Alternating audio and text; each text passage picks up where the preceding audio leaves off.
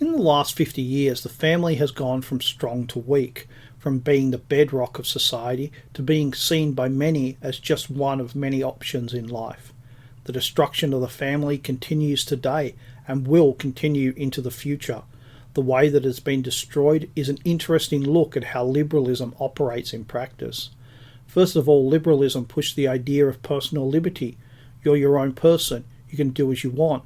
Don't let anyone tell you what to do. Not your parents, not your teachers or your church. Don't obey the law if you feel it's unjust. Do as you want. Do as you feel, because that is what makes you free.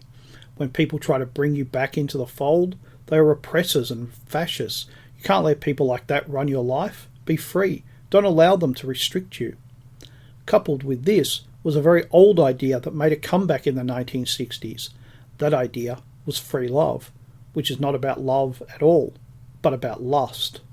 This idea is much older and has a spotty history with liberalism, but under left liberalism it became official. Today we live in a free love society. Along with that went the idea that marriage should not be a sexual prison.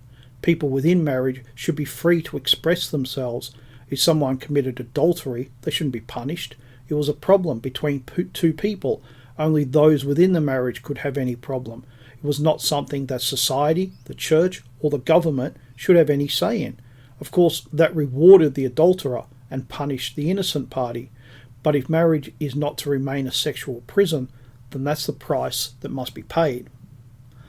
Liberalism has talked about equality since the 1830s, that people were all the same under the skin and that nothing really divides the human race. In line with that came feminism. It was roughly the same as equality within liberalism, but it really came into its own under the patronage of left liberalism. As a part of identity politics, it was perfect. It helped break up the natural bond between men and women by saying to women, you know all the things in life that upset you? Well, they're the fault of men, and we can fix them. Fix the problems or fix men? Feminism likes to be a bit ambiguous on this point, but it did nothing to encourage men and women to be caring and supportive of each other. Instead, feminism encouraged women to become bachelors. Allied to feminism was another form of identity politics, gay liberation, or as we traditionalists call it, the homosexual agenda. What was so destructive about the homosexual agenda was the idea that there was nothing normal. Everything was normal. Everything was natural. Everything should be allowed. And once it is allowed, it becomes endorsed and supported. It was not homosexuality itself that was so much the problem as the ideas that came attached to it. The idea that everything is normal is very destructive. At around the same time, governments began to provide financial support for women who became pregnant out of wedlock. This encouraged women to be promiscuous. It discouraged marriage, because if a woman married, she would lose her benefits. It stopped men from being proper fathers, as poor men cannot compete with the resources of the government, and this lack of stability has an impact upon men, women, and children. While it provides short-term relief, it causes long-term problems. But the most damaging of all was no-fault divorce.